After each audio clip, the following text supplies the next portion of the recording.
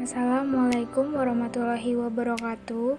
Saya Rizka Indah Pravista dengan NPM 18110600129 dari Program Studi Pendidikan Biologi UIN Radening Penampung kelas D.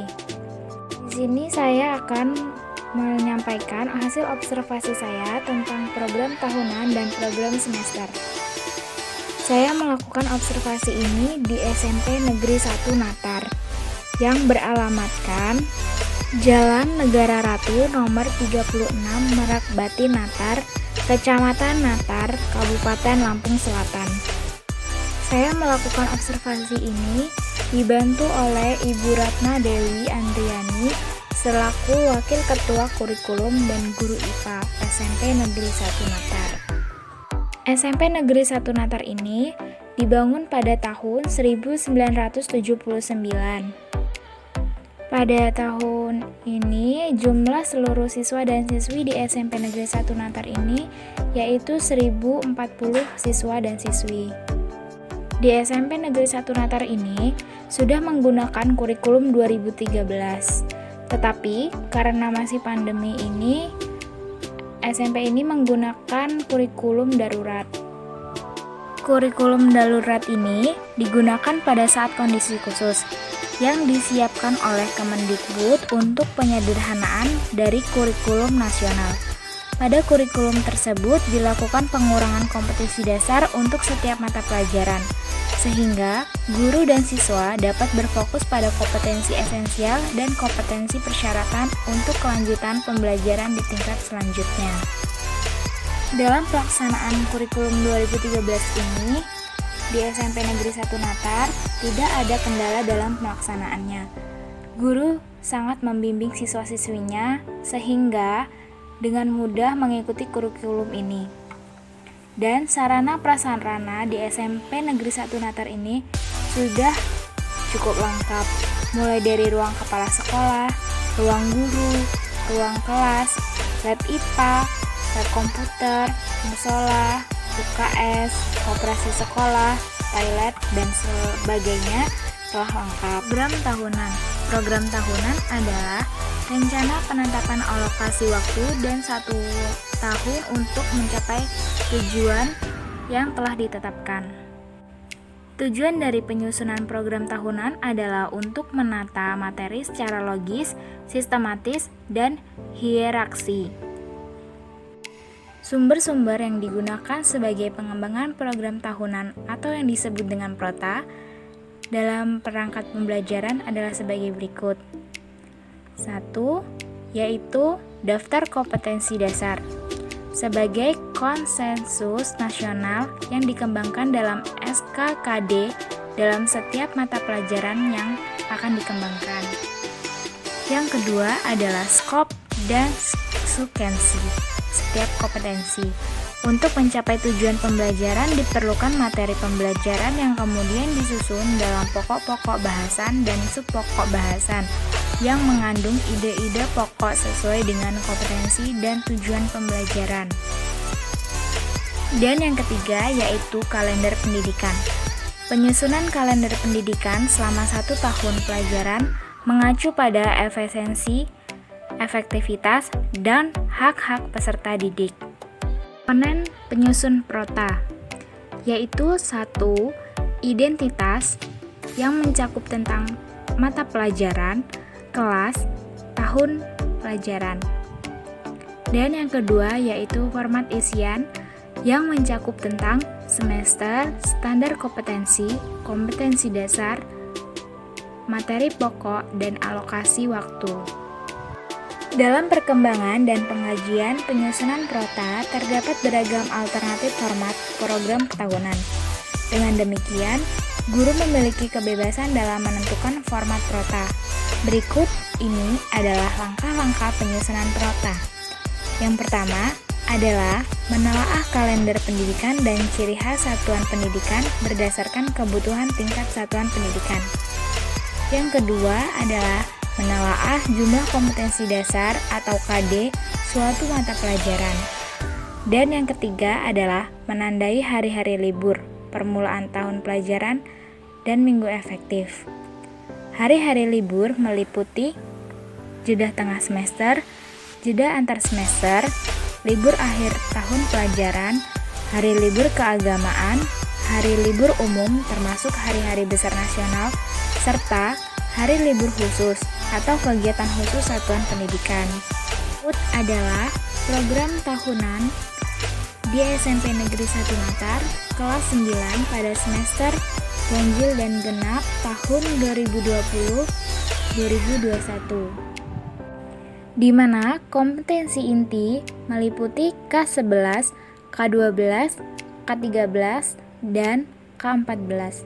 Di mana pada kompetensi inti K11 dan K12 menghargai dan menghayati ajaran agama yang dianutnya, serta menghargai dan menghayati perilaku jujur, disiplin, santun, percaya diri, peduli, dan bertanggung jawab dalam berinteraksi secara efektif sesuai dengan perkembangan anak di lingkungan keluarga, sekolah, masyarakat, dan lingkungan alam sekitar, bangsa, negara, dan kawasan regional. K13 meliputi tentang memahami dan menerapkan pengetahuan faktual, konseptual, prosedural, dan metakognitif pada tingkat teknis dan spesifik sederhana berdasarkan rasa ingin tahunya tentang ilmu pengetahuan, teknologi, seni budaya, dan wawasan kemanusiaan, kebangsaan, dan kenegaraan terkait fenomena dan kejadian tampak mata. Kemudian ke-13 menunjukkan keterampilan menalar, mengelola, dan menyaji secara kreatif, produktif, kritis, mandiri, kolaboratif, dan komunikatif dalam ranah konkret dan ranah yang abstrak sesuai dengan yang dipelajari di sekolah dan sumber lain yang sama dalam sudut pandang teori. Dapat dilihat, berikut adalah program tahunan SMP Negeri 1 Natar pada semester 1, KD 3.1 dan 4.1 menggunakan alokasi waktu selama 15 jam pelajaran, dan KD 3.2 dan 4.2 menggunakan alokasi waktu 15 jam pelajaran, dan 3.3 dan 4.3 menggunakan alokasi waktu selama 25 jam pelajaran, dan KD 3.4 dan 4.4 menggunakan alokasi waktu selama 20 jam pelajaran, dan 3.5 dan 4.5 menggunakan alokasi waktu selama 30 jam pelajaran. Berikut adalah program tahunan pada semester 2 dengan KD 3.6 dan 4.6 menggunakan alokasi waktu selama 25 jam pelajaran, dengan KD 3.7 dan 4.7 menggunakan alokasi waktu selama 15 jam pelajaran, dan 3.8 dan 4.8 menggunakan alokasi waktu selama 15 jam pelajaran, dan KD 3.9 dan 4.9 menggunakan alokasi waktu selama 15 jam pelajaran, dan yang berikutnya adalah KD 3.10 dan 4.10 menggunakan alokasi waktu selama 10 jam pelajaran. Selanjutnya yaitu program semester. Program semester merupakan penjabaran dari Prota, sehingga program tersebut tidak bisa disusun sebelum tersusunnya Prota. Program semester berisikan garis-garis besar mengenai hal-hal yang hendak dilaksanakan dalam dicapai dalam semester tersebut.